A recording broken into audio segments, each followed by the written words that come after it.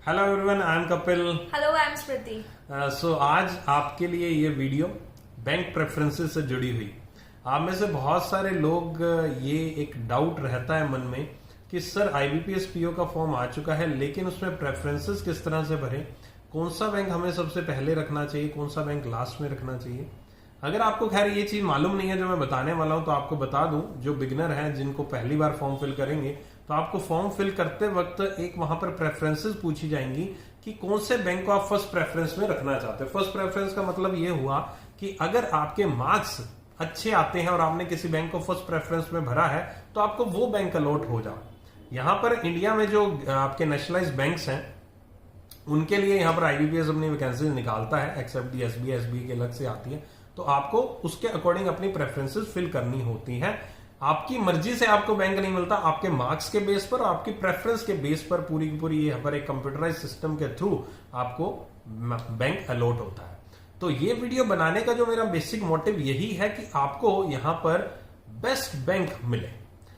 Bank तो सारे best हैं, राइट? बैंक सारे बेस्ट हैं, लेकिन कहीं ना कहीं बैंक्स को जज जरूर किया जाता है उनकी परफॉर्मेंस के बेस पर, उनकी ग्रोथ के बेस पर।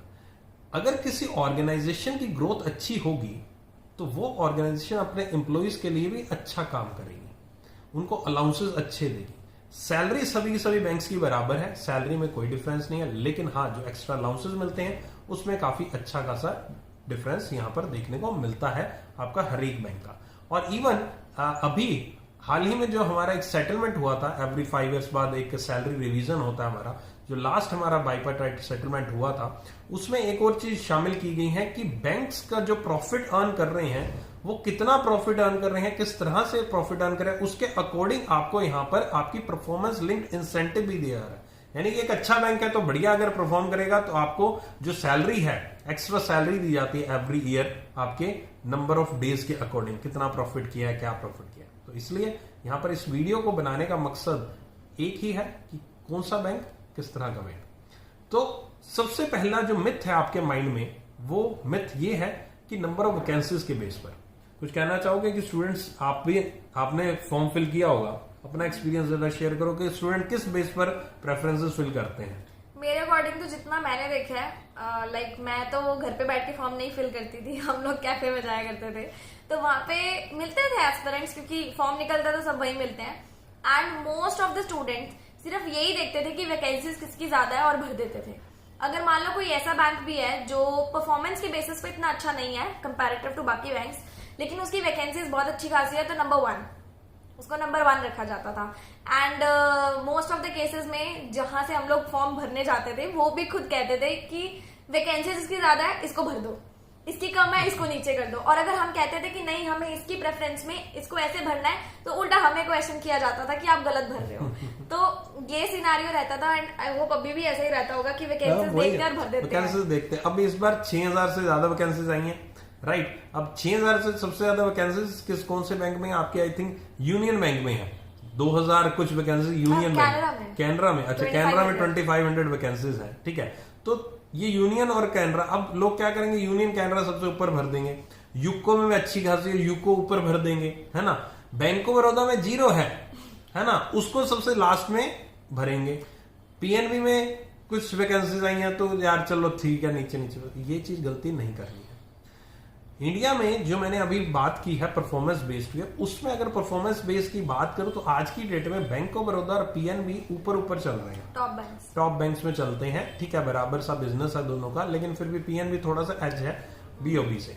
बीओबी खैर हाल ही में हमने देखा है, बीओबी काफी साल से अपनी वैकेंसीज पीओ की नहीं निकाल रहा है, ठीक है। अच्छा, एक और चीज आगे बढ़ने से पहले कि बहुत सारे बैंक्स यहाँ पर एनआर लिखा, तो उसका क्या मतलब? उसका मतलब एनआर या 0 है, नॉट रिपोर्टेड। देखो, सभी बैंक्स क्या करते हैं, अपना जो एक शेड्यूल बनाते हैं उनका प्रमोशन का, उनका आगे बढ़ाने का, जो प्रमोशंस होते हैं इंटरनल प्रमोशन, वो शेड्यूल होता है जनवरी से लेकर मार्च अप्रैल तक। ये पूरा पैटर्न चलता है आपका, एक सेट गाइडलाइंस होती है, उसके अकॉर्डिंग वो प्रमोशंस कंडक्ट कराते हैं, प्रमोशन एग्जाम्स होते हैं। जब प्रमोशन एग्जाम होता है तो ऑब्वियस है जो क्लरिकल है वो ऑफिसर बनेगा, ऑफिसर जो है स्केल 2, इस तरह से आगे पैटर्न बढ़ता है। अब ऑब्वियस है काफी सारे ऐसे बैंक्स हैं जिन्होंने आज की डेट में, अभी है आपकी यहाँ पर, अभी क्या चल रहा है, अगस्त, और उन्होंने प्रमोशन लेने हैं जनवरी से मार्च के बीच में।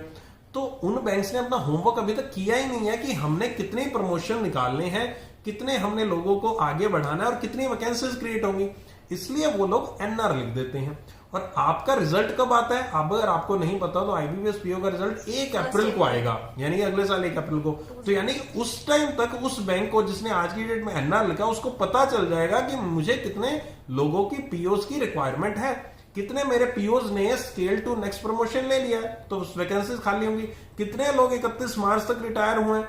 तो उनको एक पूरी की पूरी चीजें साफ क्लियर हो जाती हैं आने वाले टाइम में।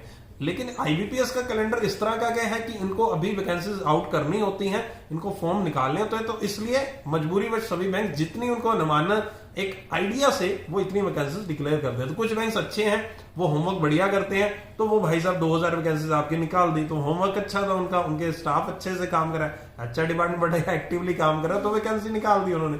लेकिन कुछ बैंक्स का अभी एक्टिवली नहीं काम किया, होमवर्क नहीं किया, उनका भी टाइम लगेगा, तो इसलिए उन्होंने एनआर लिख दिया। तो एनआर का मतलब ये नहीं है कि वैकेंसीज नहीं आएंगी। एवरी ईयर हम देख रहे हैं कि एवरी ईयर जितनी वैकेंसीज आती हैं उससे डबल हो जाती है, डबल भी हो जाती हैं। काफी सालों में 2-3 हजार मतलब बढ़नी ही बढ़नी है, चाहे 1000 बढ़े चाहे 2000 बढ़े चाहे डबल होनी ही होनी है। ये तो मान के चलो जिनकी एनआर है उनकी वैकेंसीज आएंगी। तो एनआर और नंबर ऑफ वैकेंसीज को देखकर प्रेफरेंसेज नहीं भरनी है। तो मेरे अकॉर्डिंग प्रेफरेंसेज भरनी है परफॉर्मेंस बेस पर। और सेकंड फैक्टर है कि जिन बैंक्स का मर्जर हो चुका है उनके बेस पर, यानी कि उन पर फिलहाल सरकार की नजर नहीं है। सरकार बाकी बैंक्स को प्राइवेटाइज करेगी नहीं करेगी, दैट इज डिफरेंट थिंग। क्योंकि देखो प्राइवेटाइज, मैं 2011 से बैंक की नौकरी कर रहा हूं, ठीक है, अभी भी चल रही है। तो मुझे एटलीस्ट ये तो आइडिया, मैं 2011 में जब मैंने एग्जाम दिया तब से सुनता आ रहा हूं कि प्राइवेटाइज हो रहा है, प्राइवेटाइज हो रहा है। अभी तक तो अकेला एक आईडीबीआई प्राइवेटाइज हुआ, वो भी यहां पर अभी जाके प्राइवेटाइज हुआ। तो यार ये लंबी रेस का एक चीज है कि हाँ होगा तो होगा सो होगा। लेकिन एक बात और सोचो, अगर मैं कह दूं एक बैंक कल प्राइवेटाइज हो रहे हैं, मैं बोल भी दूं, तो क्या आप तैयारी छोड़ दोगे? तब भी आप तैयारी करोगे। तो इसलिए सबसे 2 फैक्टर, बैंक की परफॉर्मेंस। तो बैंक की परफॉर्मेंस के अकॉर्डिंग सबसे पहले आपको पीएनबी भरना है। उसके बाद बैंक ऑफ बड़ौदा हालांकि वैकेंसीज नहीं निकाल रहा, लेकिन हो सकता है निकाल दे।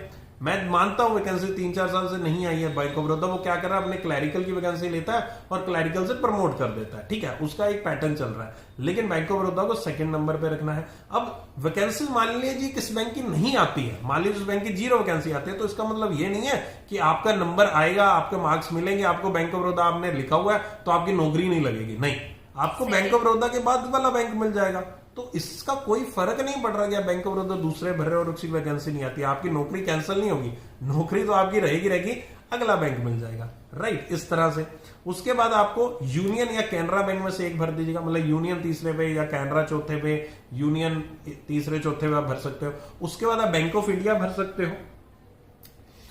उसके बाद आप यहां पर इंडियन बैंक भर सकते हो, ठीक है, इंडियन बैंक पहले भर दीजिएगा, बैंक ऑफ इंडिया बाद में भर दीजिएगा। उसके बाद आपके बैंक रहेंगे bank of Maharashtra, UCO bank आ जाएगा, फिर उसके बाद फिर central bank of India, bank of Maharashtra, Punjab Sind bank, ये बैंक, इंडियन ओवरसीज बैंक। इन बैंक्स को जैसे भी आपको सही लगता है, फॉर एग्जांपल आप नॉर्थ इंडिया के रहने वाले हैं, आपको एक ये भी एक फैक्टर बहुत लोग सोचते हैं कि मैं नॉर्थ इंडिया का रहने वाला हूं, मैं साउथ इंडिया का रहने वाला हूं। तो हाँ, ये फैक्टर मैं मानता हूं कि कहीं ना कहीं ये फैक्टर होता है, लेकिन पीओ की जॉब में ये फैक्टर काम नहीं करता। पीओ की जॉब में there is no such thing कि आप साउथ इंडिया के रहने वाले, आपको नॉर्थ में पोस्टिंग मिल सकती है।